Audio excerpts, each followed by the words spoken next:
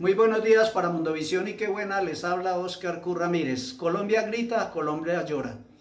Acabamos de vivir unos días bastante difíciles para toda la población colombiana. Gente buena, gente regular, gente mala. Atravesamos por una situación bastante difícil. Encontramos las excusas, la crítica ante los marchantes, ante los estudiantes, ante aquellas personas que de una u otra manera salen a protestar o aquellas personas que se aprovechan de las marchas para hacer actos vandálicos que no conllevan sino a la respuesta generalizada de una población a criticar las marchas. Pero a veces nos preguntamos, ¿quiénes infiltran las marchas? ¿Quiénes son las personas que son pagadas para que vayan a infiltrar esas marchas? Hay muchos videos que nos muestran cómo algunos salen del lado de la policía y al lado de ciertas personas que no entendemos por qué generalizan y por qué van a llevar a estas personas a que hagan actos vandálicos para deslegitimar las marchas. Pero el objetivo de las marchas se ha cumplido. Se derogó hasta ahora por el nombre del presidente, quien lo dijo, aunque no se ha retirado del Congreso de la República todavía. Hasta que no se tenga esta base, no podemos estar seguros.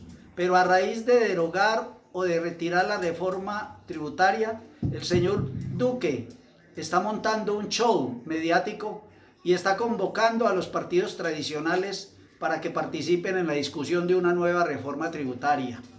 Y hay que analizar tres aspectos. Primero, esa discusión no se debe dar solamente con los ratones que están alrededor del queso o los ratones que están alrededor de la mermelada. Esa discusión se tiene que dar al interior de las organizaciones políticas como tal, porque ellos son los que la van a votar, pero también con la sociedad civil y con aquellas personas que han participado y han promovido este paro a través de la discusión de la reforma tributaria. Aquellos yuppies que de las grandes universidades manifiestan que es una reforma que se debe dar. Claro, yo soy ingeniero industrial y economista y planteo que hay que hacer una reforma. Pero en el segundo aspecto de la reforma se tiene que plantear la reducción del gasto público, se tiene que plantear un endeudamiento interno o externo de lo que tenga que ver con el Estado y más interno con el Banco de la República o con la venta de activos que pueden conllevar a que esta reforma tributaria no se dé. El tercer aspecto es analizar que en estos momentos no tiene razón de ser una reforma tributaria. Si se aprobara la reforma quitándole todo lo del IVA, solamente esta reforma va a ser efectiva a partir del próximo año, cuando la gente empiece a presentar sus declaraciones de renta y donde se va a generar el impuesto a la renta, el impuesto al patrimonio y los otros impuestos que se tengan que generar como tributos al interior de la DIAN.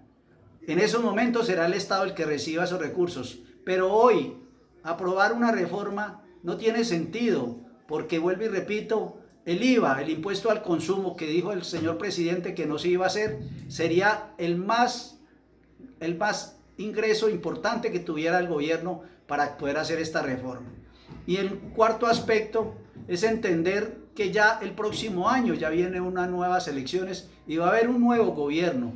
Y por lo tanto, si ese gobierno es de los mismos, pues ellos acordarán seguir con la reforma.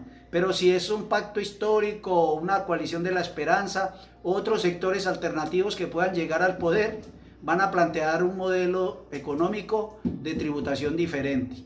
Hay que analizar y hay que evaluar para no quedarnos en este tema de la reforma y decir que ya con las marchas ya se cumplió. No. Por eso hoy se continúa convocando a lo del paro nacional, porque no es solamente lo de la tributación y lo de la reforma. Hay un aspecto más importante como es la reforma a la salud. Quienes la hemos estudiado vemos lo lesiva que va a ser para la población. Se va a privatizar un mayor grado lo que tenga que ver con la salud.